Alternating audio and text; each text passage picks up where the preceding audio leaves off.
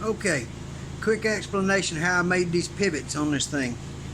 You notice right here, this bolt, watch this, it wiggles.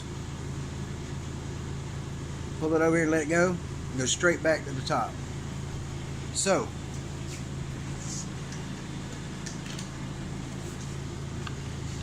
when this that biscuit deal sitting on there and you want to set a guitar on it, it can tip over. Any angle you want to set at, set the guitar on, be sturdy, and then when you turn it loose it just sits back straight again. So anyway, the way I done that is I drilled a tapered hole with a step bit into this block of 3/4 solid stock.